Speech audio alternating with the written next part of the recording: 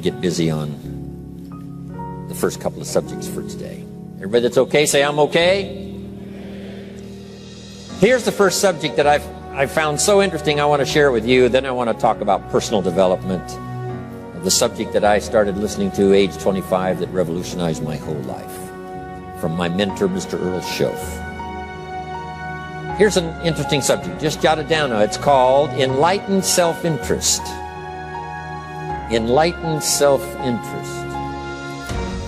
It's a fascinating study to study the idea of self-interest. But just make this note, all of us, have self-interest. The key is for it to be enlightened so that everybody wins and no one loses.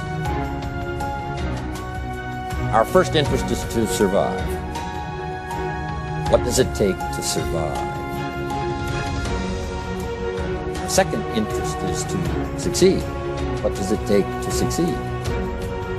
What does it take for me personally to survive and to succeed?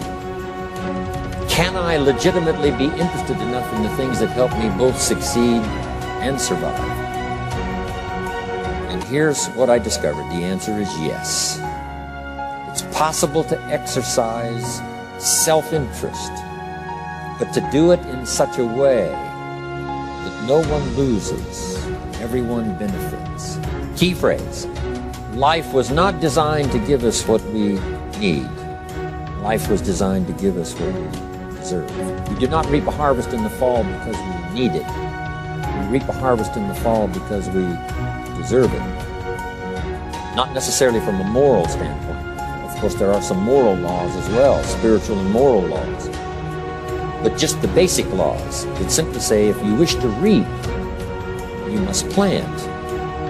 So jot this down. Reaping is reserved for the planters.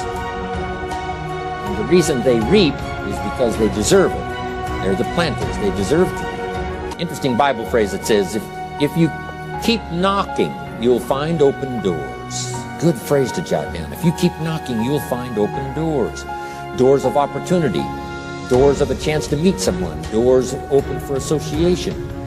Doors open to find someone special. Doors open to find a unique business colleague. If you keep knocking, the phrase says, doors of opportunity are open to those who continually knock. So we don't find open doors of opportunity because we need them. We find them because we deserve them. Only those who knock deserve to find an open door. But the promise is, if you continually knock, you'll find doors of opportunity. It says, if you search, you will find. So make the note, it's good. Finding is reserved for the searchers because they deserve it. Now, at first they may have needed it, but they now know that just needing it is not sufficient. But if they need it, now they must qualify for it. The reason why you're going to be blessed with good ideas this weekend is because you've come searching. You've gotten on an airplane to come searching. You got in your automobile to come searching. You got here searching. Now you're ready to receive. For those who search, they will find answers. They will find plans, imagination to stir yourself into action for future benefit. So if you search, to find a good idea, you must go looking and searching. You've got to go to church. You've got to go to class. You've got to go to the seminar. You've got to go to the library. You've got to go to the books if you wish to find. Rarely does a good idea interrupt you. Rarely. But if you will search, you will find. So we get not what we need, but we get what we deserve. It says if you ask, someone has an answer. If you keep asking, the answers belong to you. Because by virtue of asking, you have qualified. So we don't get what we need, we get what we deserve. The mother on welfare should be taught in some small manner that hopefully she can begin deserving the welfare check. Not getting it because she needs it, but now starting to get it because she deserves it. If the welfare worker says to Mary, Mary, I brought a bucket of paint and a paintbrush, and the next time I come, if the door is painted and the fence here in front is painted, I give you the check for $450. Not that painting the door and painting the fence is worth $450. It's not worth that much, but it is the beginning of the process. So make that note. I want to begin the process of deserving. What would that be? What process should I begin engaging in to deserve good health, to deserve a good relationship, to deserve prosperity, to deserve an enterprise, to deserve the opportunity to build a city? What must I do to begin the process of deserving? So now the welfare worker comes back and the door is painted and the fence is painted. And now Mary gets the $450 to help take care of her children. Not because she needs it, but because she's beginning to deserve it. Then the welfare worker thinks of some other problem.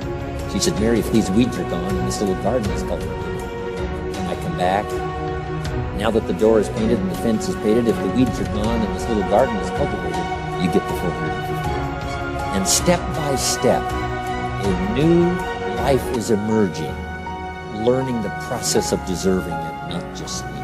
We teach our children at home, right? Child says, I need $10. So that language doesn't work here. There's plenty of money here, and the vaults are full. But to say I need $10 is not how you open the vault. So the child says what? Wow, how can I get that $10 that I need? So here's what they learn to say. How could I earn $10? Now the vault opens up. Now the money starts to flow. How could I earn $10? What could I do to earn? Not to get the money because you need it. Maybe you need the money. That's, all of us have needs. Here the key is to figure out how to open the vault, how to open the bank, how to open this unbelievable flow of resources to come our way. And here's the key: to deserve it, not to need it. You can't walk out to the field and say to the field, I need a crop. Here's what the field says. Here's what the ground says. Who is this clown that brings me his need but brings me no seed? So jot that down. Take your seed to the marketplace, not your need. Don't disclose your need to the marketplace, only your willingness. We'll talk about that a little later today. Because the marketplace is not interested in your need, but they are interested in your seed. They're interested in your willingness to work. They're interested in your disciplines. They're interested in your eagerness. They're interested in your vitality and your work ethic. That's what the marketplace is interested in. Not your need, but your seed. We get what we deserve. Old Testament God says, if you'll move toward me, I'll move toward you. See, that's how you get those occasions to meet God. You must make the move. God could say, you don't move, I don't move. You say, well, that's arbitrary. Well, when you're God, you can make it that way. So, the law says if you wish to receive. Now let's talk about enlightened self-interest. If you wish to receive. And we would call the wish to receive self-interest. But if it's enlightened self-interest, here's what it says. I understand that in order to receive, I must give. Receiving is reserved for those who give. Receiving is not reserved for those who need it. It's reserved for those who deserve it.